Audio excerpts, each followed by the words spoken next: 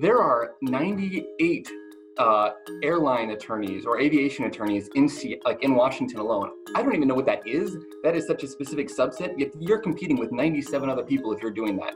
Right. Your practice area, even though niches are great, your practice area is never going to distinguish you from your opponents. Your skills is never going to distinguish you from other people in your practice area. The only way you can really distinguish yourself as a firm is who you are and what your values are. And so what I tell people is, to think about the importance of value is, why should I hire you instead of the firm down the street that does the exact same thing? I'm Jack Newton, CEO of Clio, and this is the Daily Matters podcast. On Daily Matters, we talk with legal professionals, industry leaders, and subject matter experts about the future of law. We explore where the legal industry is headed, how legal practice is changing, and what you can be doing to position yourself for success. Today, we're joined by Jordan Couch, a workers' compensation attorney and partner at Palace Law in Seattle, Washington. Jordan, thanks so much for joining us today. Thanks for having me. It's an honor. So Jordan, let's start off. Tell us what's on your mind most right now. Oh my gosh, on my mind most right now. Well, we're starting to reopen our office a little bit, and that's been on my mind a lot. And salmon season is opening soon, so that's on my mind a lot. But mostly, lately, it's been a lot of work with, the bar associations and activism and what's going on around the country and in my home. And there is a lot going on in your backyard. And we'll talk more about that. But before we talk about that, can you just tell us a little bit more about yourself and your role at Palace Law? Yeah, so you mentioned I'm a partner here at Palace Law, and I'm a workers' compensation attorney. But in addition to that role, I am the managing attorney of the workers' compensation team in our office. We do workers' comp and personal injury. And then I'm the cultural ambassador of Palace Law. So part of my job is, managing the team. Part of my job is litigating cases. And then part of my job is making sure we at Palace Law are embracing our firm culture, are hiring on it, making decisions based on it, and are encouraging people to advocate for themselves and for our firm around our culture. So I'd love to spend a minute talking about that, Jordan. You talk and write a lot about firm culture. We've had you at ClioCon speak about exactly that in the past. It's something you're really passionate about. And law firm culture isn't something you hear about all that much. And you're certainly one of the loudest voices about its importance. And I'm wondering if you can just tell us what kind of journey you took in maybe realizing how important firm culture is and how what being an ambassador for your firm culture looks like. So really the journey began with us learning about the way other businesses work. And a very influential part of that was going up to the Clio offices and seeing the way you had your core values up in posters all over your walls, which we've copied here at Palace Law now. And we decided to do that as a firm. So the management team got together and talked about what our mission was, what our values are, and identified those. And as part of that, they thought, how do we, make this something that's not a buzzword? How do we implement this and make sure this is part of our everyday lives? And so they decided to appoint me as the cultural ambassador. And as I started looking into this, I had to not just exhibit the values myself, but I had to think about why this is important so I can communicate that to people on our team. And what it really came down to from me looking at it is firm culture is the way you distinguish yourself as a law firm. Because, the reality is, if you ask a bunch of lawyers, what makes them better, right? They might say that they're, the best attorney around, but that's not true. 50% of them have to be below average attorneys out there, right? Right. And if you look at, the competition that's out there, there are 98 airline attorneys or aviation attorneys in Washington alone. I don't even know what that is. That is such a specific subset. Yet you're competing with 97 other people if you're doing that. Right. Your practice area, even though niches are great, your practice area is never going to distinguish you from your opponents. Your skills is never going to distinguish you from other people in your practice area. The only way you can really distinguish yourself as a firm is who you are and what your values are. And so what I tell people is, to think about the importance of value is, why should I hire you instead of the firm down the street that does the exact same thing? That's why your firm matters. That's why your culture matters, because your culture is what answers that question.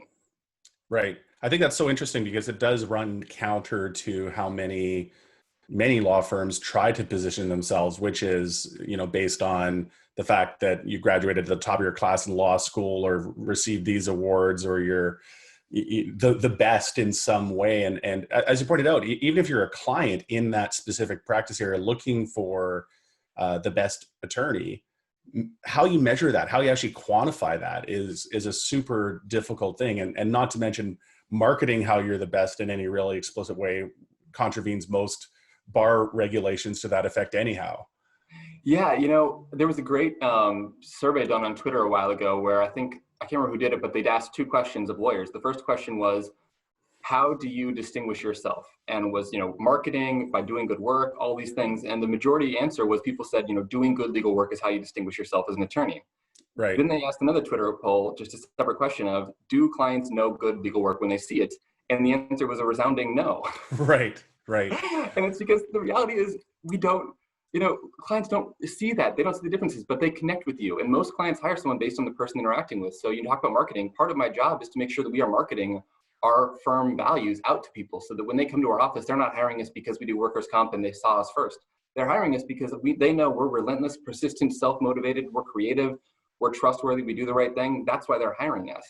And when they come in and sit down and talk to me, I go over that before they ever get to sign a contract with me. I spend a lot of time talking about what my firm values are. And I say, if this is not what you want, I can recommend someone else who fits your values. But this is my values and this is what I'm promising to do for you. And so if this is what you want, hire me. It's so interesting because it feels like that message and that frame of mind that you have is maybe more relevant than ever in the COVID-19 era, where we see people seeking out personal connections. And one of the themes I've heard over the course of doing this podcast over and over again is that clients are enjoying seeing the more human side of their lawyers, even seeing their lawyers working out of their home and seeing their dogs or kids wander into the Zoom call frame. They've enjoyed seeing their lawyers be a bit more real and a bit more vulnerable. And lawyers have enjoyed that as well, kind of letting down some of the guard a little bit and some of the artifice that might exist where you feel like you need to be a specific way and practice in a specific type of law office and wear a certain kind of suit. That's gone away a little bit in COVID-19. Do you have any observations on that front? Yeah, it really does. And, that had gone away in our office for a long time. If you come to our office, you see the dogs. We have an Instagram account dedicated to the dogs and the pets of our office called Palace Paw, right? Like we embrace that. And one of our core values is to be our unique, authentic, real selves. And when I talk about that, a lot of lawyers have been very resistant with me of like, they don't want their clients to see their personal side of themselves. But what I tell them is when clients are coming to you, they are asking you, sometimes entrusting you with their lives literally. Most likely, though, they're trusting you with the most important thing that is happening in their lives. This is the biggest deal. They're spending more money on it than they ever have before. They're more stressed about it than they've ever been in their life before. And they're handing this over to you. And if you are a closed box where you are just an attorney, they're never going to feel that comfort with you to be able to really connect with you and feel safe. And so I consider it like an essential client service almost to be a human with people that you're interacting with. Because if you're asking them to trust you, they need to feel like they know you and you need to trust them enough to show your real self to them. And if they don't like who you really are, you're probably not going to want to work with them. Right. Yeah, that's so true. And by the way, I didn't realize that Clio was so directly an inspiration for the Palace Law culture. That's really cool to hear. Yeah, the posters we have up in our office that idea came from you all when we were up there visiting. Very cool. So, That's great. That's great. Well, let's talk more about what's going on in your backyard with the Chaz and some of the other interesting developments we've seen in the Seattle area. You've been tweeting about your experience living adjacent to the Capitol Hill Autonomous Zone, which for those that aren't aware is a region in Seattle that has been occupied by protesters responding to the murder of George Floyd. Can you tell us a little bit more about your experiences there?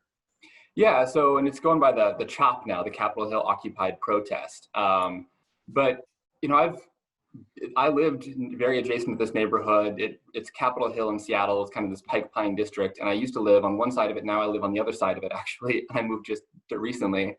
And so it's a neighborhood I know and love and go to the businesses there a lot. And so this march that was going through got stopped there. And there was kind of a standoff for a long time. And I was there at the protest a couple of times trying to kind of just show my support. And then I started seeing a lot of family members reaching out to me, kind of concerned about what was going on. And so I realized there was a lot of information getting spread that wasn't necessarily the experience I was having of violence, of fear. And so what I realized is I had a voice and I needed to use it. And so I started getting out on Twitter and mostly sending out things from people that are there, letting people know firsthand accounts of what's going on, and also sharing my own experience of I had gone through there, I had walked through there, I knew the business owners, they were happy and they were supporting this, right? Places that I frequent had been closed, but opened themselves up to support these protests that were going on. And so, you know, it wasn't what I'd seen. What I saw there was, yes, there were some people hanging out, but mostly it was a lot of activists working together to try to build a plan for the future of Seattle and the ideas there. And it wasn't, you know, there were a lot of leaders there. Right? It was a leaderless protest, but there are a lot of city leaders and community leaders that were heavily involved in that process all along the way. We had city councilors there. We had state senators there, state representatives. We had a woman who's been heavily involved in that, Nikita Oliver, a fellow lawyer who took the bar exam when I did. And you know, she ran for mayor and took third in our primary in our last election, and she's been heavily involved in this as well as a community organizer and activist. So it's been a really mostly positive organization right now that's been doing a lot of good work. So the Chaz has evolved into the CHOP. Can you tell us more about what it looks like there today? How are things changing over time? Yeah, so it's starting to diminish the physical presence a little bit. And I think what I've heard spoken really well, was that, you know, at this point in time, CHOP is not a place, it is an idea, it is an organization, it is a movement that is happening right now. And so it's decentralized. It's a lot of groups that have united around demands, and they will refer to, they say, we have no specific leader, these demands are our leader. We are all working together through different avenues, whether it's city council, whether it's community activism, or whether it's just protesting and marching. We are all working towards these common demands that we have. And so it's, you know, the occupied part is starting to reduce more and more over time now, as people are energized in other ways and are working with city council and are starting to fight on different fronts for this. So what I'd say is changing now is the occupied part is diminishing, and now it's more of a just movement that is building in other ways. And can you tell us a little bit more about what you've seen firsthand as it relates to the clashes you've seen between protesters and the police? Yeah, I thankfully avoided being firsthand present for any of the tear gassing that went on during this time, but I've been, you know, part of this in the past, and I've worked with the National Lawyers Guild as a legal observer in the past, and both as a legal observer and as a participant in protest, I had seen kind of a tendency in Seattle towards trying a little too aggressively to shut down protests. You know, I once watched a police officer in riot gear get silly string sprayed on him, and the response was flashbangs and tear gas thrown into this crowd of people, some of whom were sitting down in a circle, right?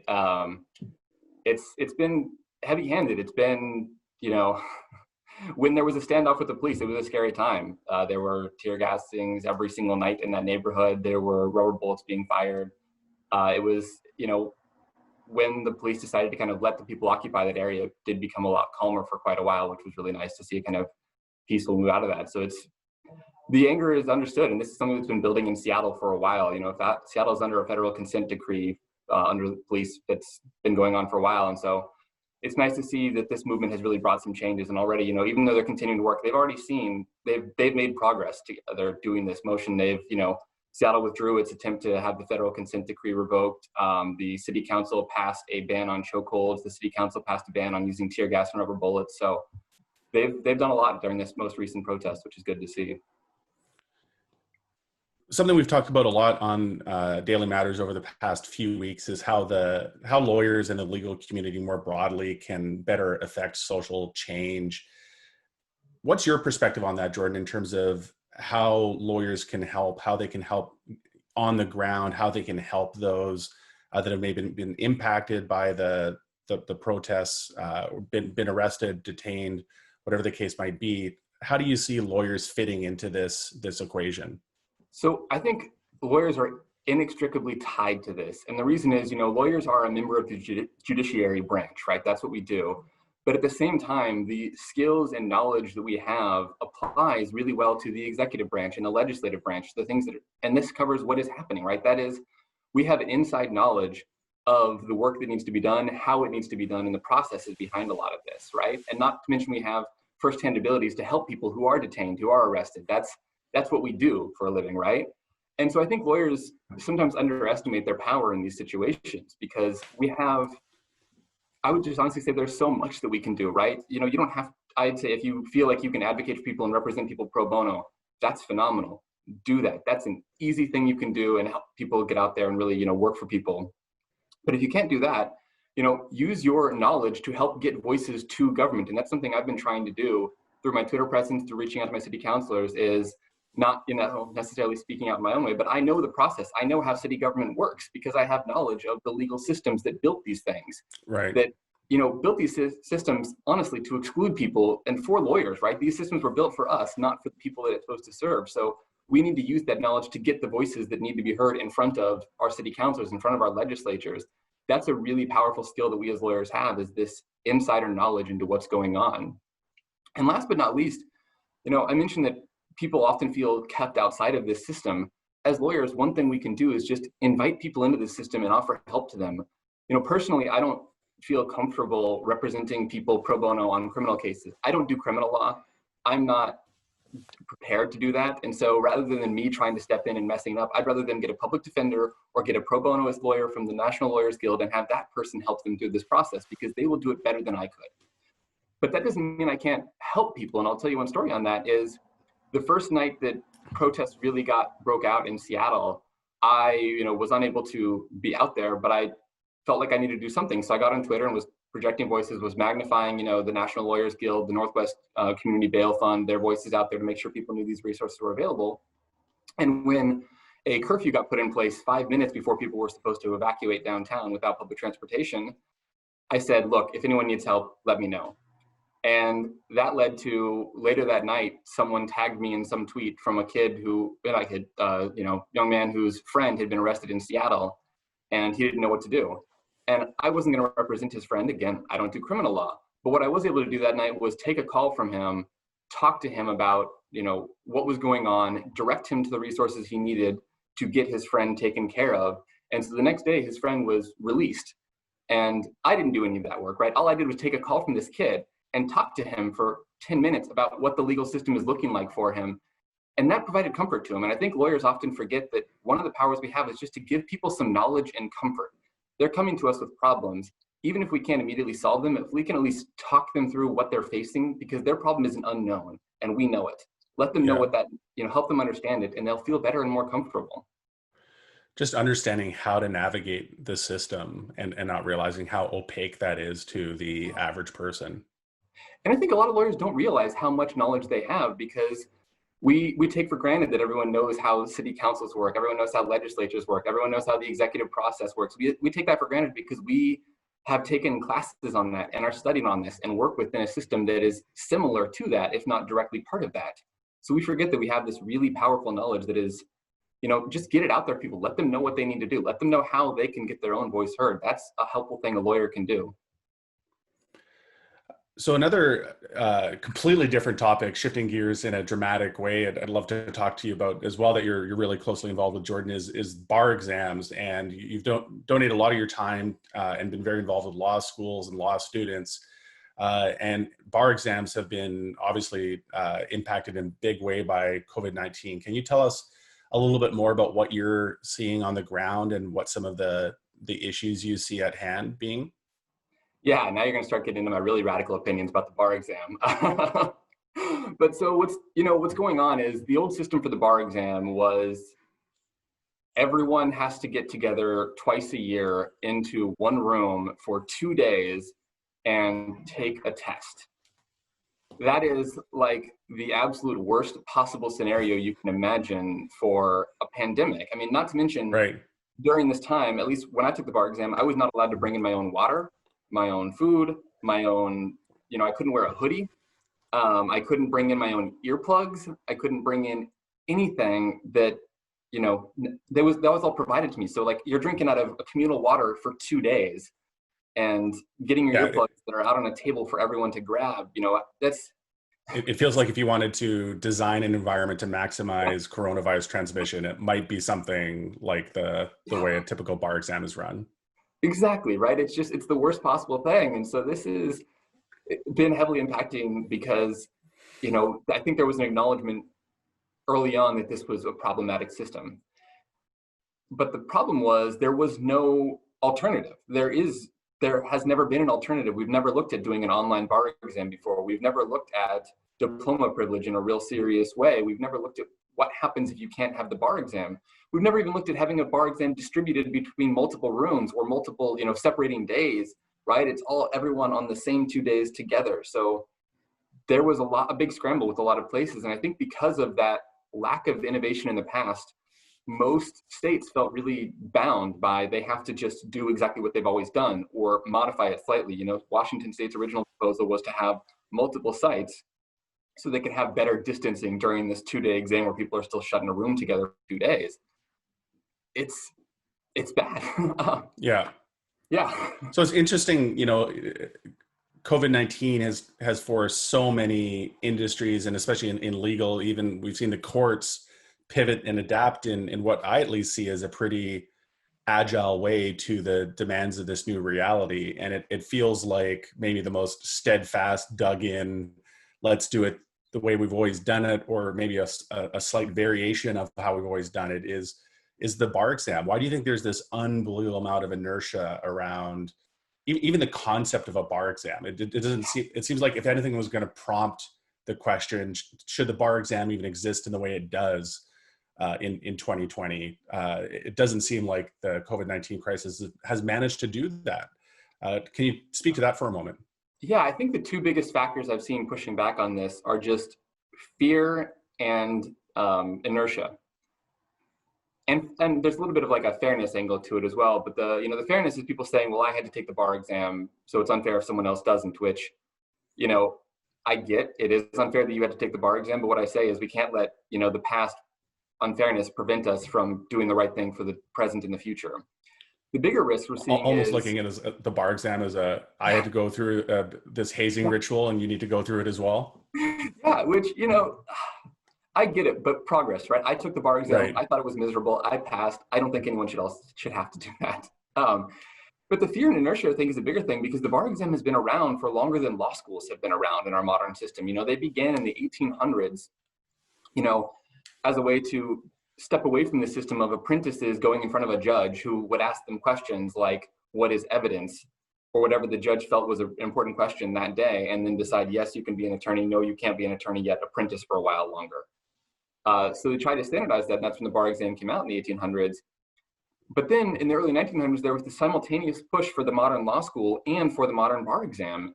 Mm-hmm. And so there's never really been a question of, are those two things duplicative of each other, right? If we have a modern law school, why do we need to also force these students to pass a bar exam if they've already graduated law school? And what's happened here is just we've had the bar exam for so long, there's also no data about it. We assumed in the beginning that it was useful to help determine if someone is qualified to be a lawyer. The only evidence we have that that is actually true is that, well, some people fail it every year. Therefore, we assume some people are not qualified to be a lawyer. But because the people who fail it never get to practice law, we don't know that they wouldn't actually be good lawyers. Right. And so there's just this fear. And I think that's the biggest driving force is no one knows what happens if we don't have a bar exam.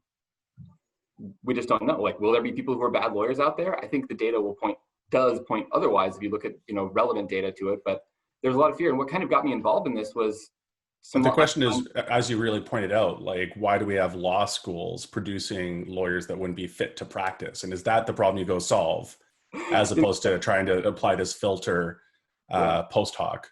That's exactly why I got involved in this. Is I found out that the deans of the law schools had made a statement when law students brought it up. They had all unanimously said no to diploma privilege, and it blew my mind because I'm thinking, how are these deans not taking this opportunity to stand up and say, no, my students are absolutely qualified to practice law? Instead, they're saying, no, we charged them $150,000, educated them for 3 years, but they might not be qualified to practice law. Right. This is a glorified apprenticeship program. Yeah. Right? Like what happened there? So that was a disconnect that just upset me, and I decided I had to jump on and help out with this as much as I could. So what are you seeing in terms of the outcomes that you're trying to drive? Where are you getting hung up? Where do you think we'll land over the remainder of 2020 as it relates to bar exams and the impacts it'll have on students taking the bar? I genuinely believe that 2020 is going to mark the end of the bar exam. Not immediately, but it's going to happen because I think we're going to see more and more states move to diploma privilege. Florida came out and said they might cancel the bar exam up to the day before. Washington just made the move and switched over because one of the deans, reached out and changed and said we should have diploma privilege. So Washington switched over and said we are now having diploma privilege in Washington after first rejecting the idea. And they're just a blanket diploma privilege for all ABA JD students. There are no requirements for hours of training or anything like that. It's just done. And I think what's going to happen as part of that is I've pushed and we've recommended to the Washington State Bar that they have a committee created around this to study the bar exam. And Utah is doing the same thing. And I imagine more states, any state that ends up doing diploma privilege will end up doing a study about the bar exam. And I strongly suspect, based on the data that I've seen, is that what they're going to find is there is no correlation between effective lawyering and passing the bar exam. And that the people who got diploma privilege are going to be great attorneys, no different than those who did not get diploma privilege, right? And I think when you see that, it's going to be hard to justify the bar exam. I think there will be a push, though. People will try to say, well, let's modify the bar exam, right? But I think at that same time, we'll have to push that say, no, let's just have a legal education system that only graduates qualified attorneys. Why do another exam on top of that? But yeah. It feels like it comes down to inclusivity as well, where there, I'm sure, amazing attorneys that are, or potential attorneys that never get to become an attorney because they're not the kind of person that can pass an exam like the bar exam. And that does not necessarily imply that they can't practice law effectively. What's your perspective on that? There was a really, really great study done by LSAC, actually, who runs the LSAT Commission in 2008. And I would highly recommend anyone who's interested in that take a look at that study. It doesn't address the bar exam, but there's been lots of studies that show a correlation between LSAT scores, law school grades, and passing the bar exam. These are tests, they are linear. Yeah. People who are good at one test are good at another test. And what this LSAC study showed is that if they looked at, law school grades and LSAT scores and tried to perceive whether or not that predicted effective lawyering, and effective lawyering was defined by like 26 categories from lawyers and 786 types of actions that person would do, like extensive study. And what they found is that there is absolutely no correlation between LSAT scores, grades, and effective lawyering. None at all. What they also found that I thought was really interesting is there are correlations, evidence to show that LSAT scores and grades as a measure can also exclude minorities and women from the profession. Right. Simultaneously to that, they looked at a bunch of personality and behavioral tests to study lawyers. Because if you look at malpractice complaints and ethics complaints, most of them don't have to do with substantive law. They have to do with behavioral issues that lawyer encounters along the way. Fatigue from overwork, these kinds of things that lead to malpractice complaints and ethics concerns. And the study showed that when they looked at behavioral tests, just to kind of study someone's, character, those tests were heavily correlated with effectiveness as lawyers and had no disparate results among minorities and women. So I really think, this data-driven idea, and like you mentioned, like looking at people's character, looking at, whether they have the behavioral skills to be a lawyer is an important aspect of that. Jordan, I don't know if you'd consider this too strong a statement, but when we talk about systemic racism and we talk about systemic discrimination, the bar exam can be part of that equation. And, maybe you talked about the LSAT as well, just the kinds of implicit bias that are being captured in some of the systems that encapsulate law school. Yeah, I'm not the expert on this, but I've been doing a lot of research on this because I'm a firm believer in, as you know, data-driven processes and approaches to things. And what I'm finding is, with any of these kind of standardized tests, some of them have racial histories. Many of them do have disparate impacts, though, along racial lines. And so these are barriers that are keeping out good people for bad reasons. Yeah. Agree. Jordan, this has been a fascinating conversation. And thanks so much for joining us today. Wrapping up, I'm wondering if there's one thing you'd like our listeners to take away from our conversation today. Yeah. So, when I was talking to these law students that I was working with on the diploma privilege aspect, one thing I tried to stress to them is they needed to use their own voices because they had very powerful voices. And I think one thing I want to remind lawyers of is we have an incredibly powerful voice by virtue of our license. People respect us. People look up to us. People see us as knowledgeable of these systems. That license gives us a lot of power and a lot of, people look to us for leadership during these times. And so we need to use those. We need to use our social media presences, right?